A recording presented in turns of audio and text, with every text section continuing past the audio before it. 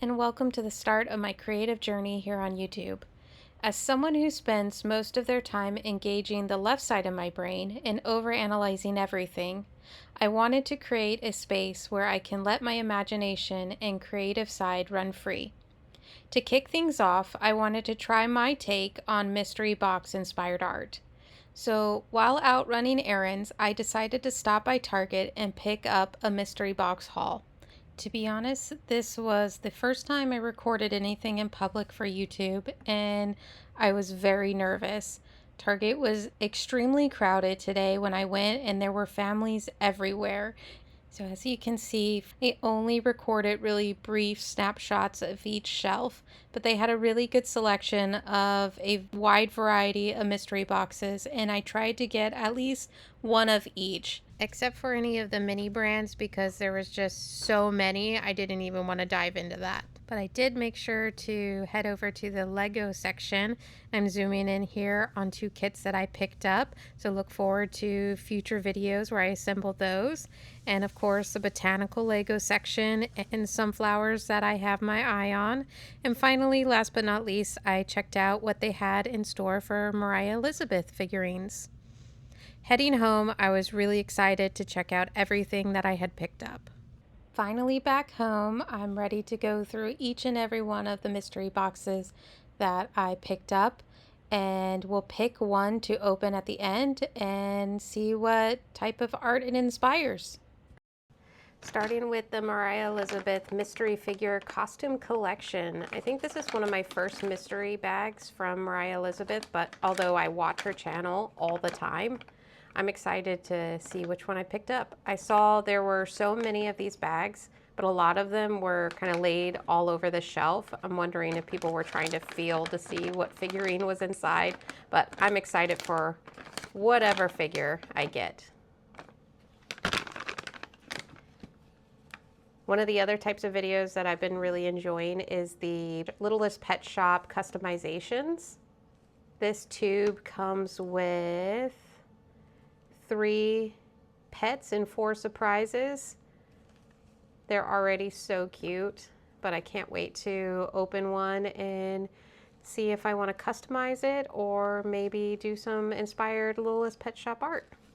I also couldn't help myself and I got the other pack as well. This one comes with 2 pets and 4 surprises. I'm guessing those are accessories, which is so cute.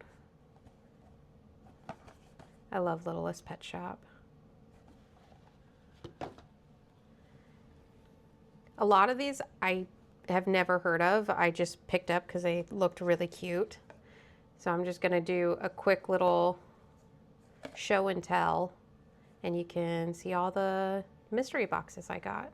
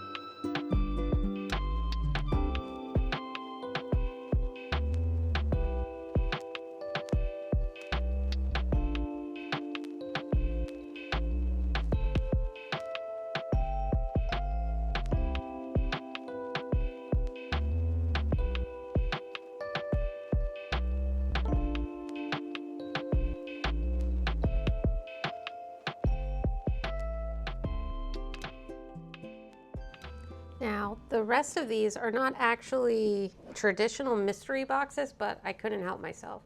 This one is Magic Jellykins. I have no idea what it actually is, but it looks like you add water and something materializes. I don't know, but it reminds me of those little magic sponges that I used to have when I was little. Excited to see what happens with this. This is a slime kit because I can't help myself. Slime sprouts, a gooey garden of fun. Look how cute.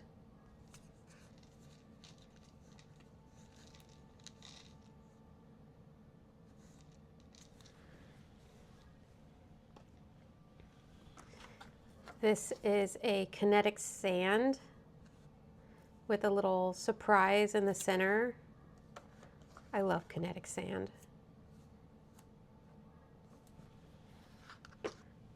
And then these are more toy archaeology items. So dig it dinos, collect them all. You break open the dino egg and there's a little minifig. It's so cute.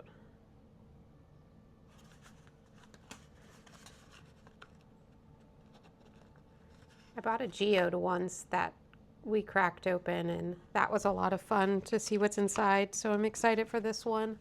And finally, last but not least, this is similar. Dig It Rocks Fossil. I think it's kind of like opening up a geode where you have a gem in the inside. Now, I'm definitely not going to open all of these right now. This will be a one at a time activity so I don't blow through them all too quickly. Now, having said that, I can't go through all of those mystery boxes and not unpack one. So, given that The Mandalorian just premiered recently, I decided it was fitting to unbox the Star Wars Grogu mystery box and try my hand at one of the videos that I love watching myself, which is opening a mystery box and then being inspired by it to create some art. So here I am unwrapping Grogu Snack Attack. Anyone else struggle with these box flaps? I always hover between not wanting to rip the cardboard and getting it open. I can't ever seem to get it open gracefully. But here we are, contemplating looking at the card, but didn't want to ruin the surprise. And here he is. Stop, how cute. Look at him, he's sleeping in a donut. I love him.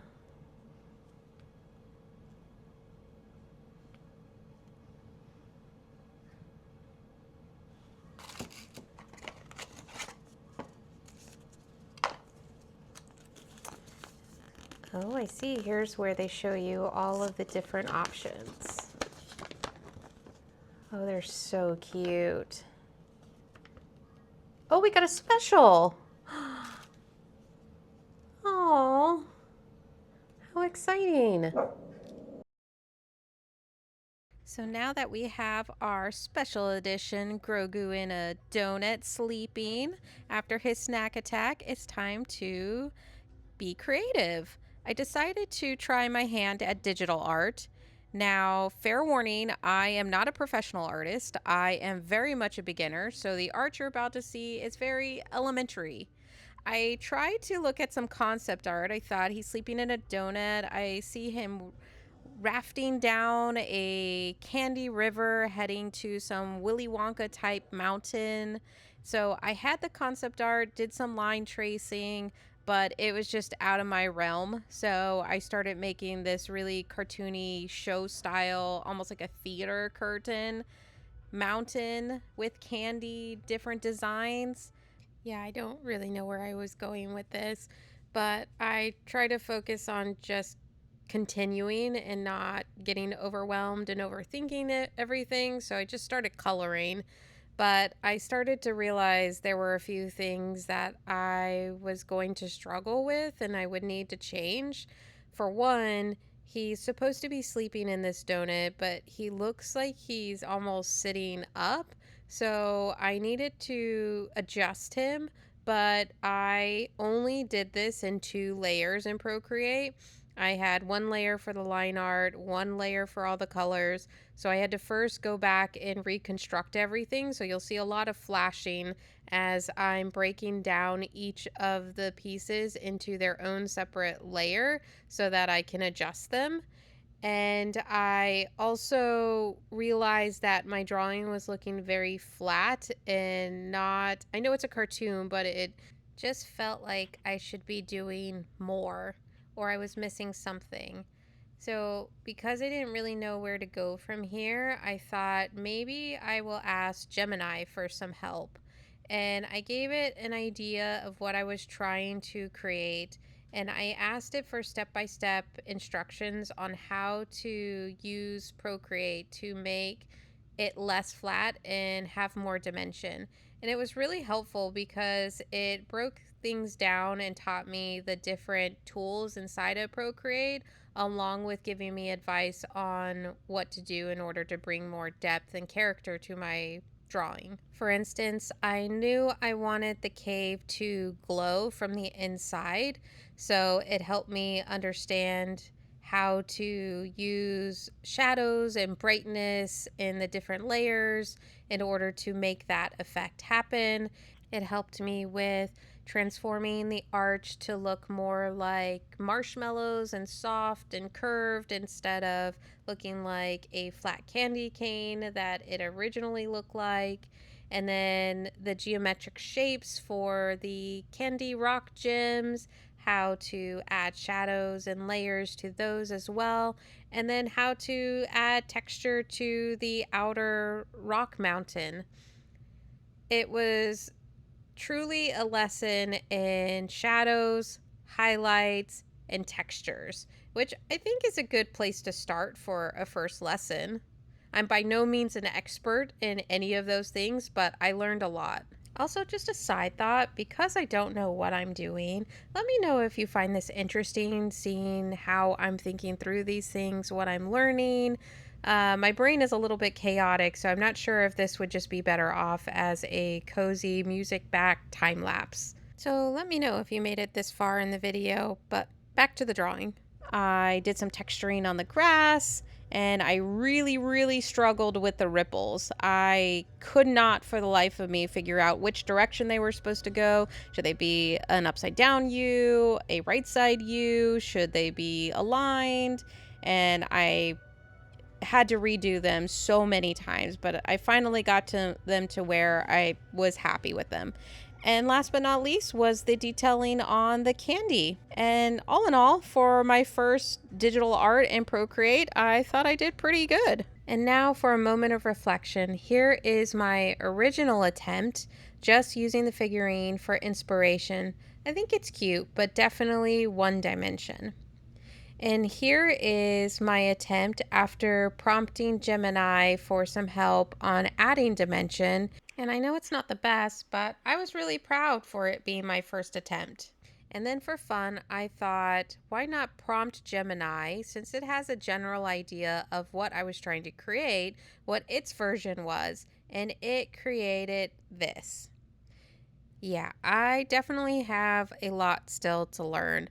But that's what this whole YouTube channel is all about, is for me to exercise and expand my creativity and my imagination. So I will keep learning. Thank you for watching and see you next time.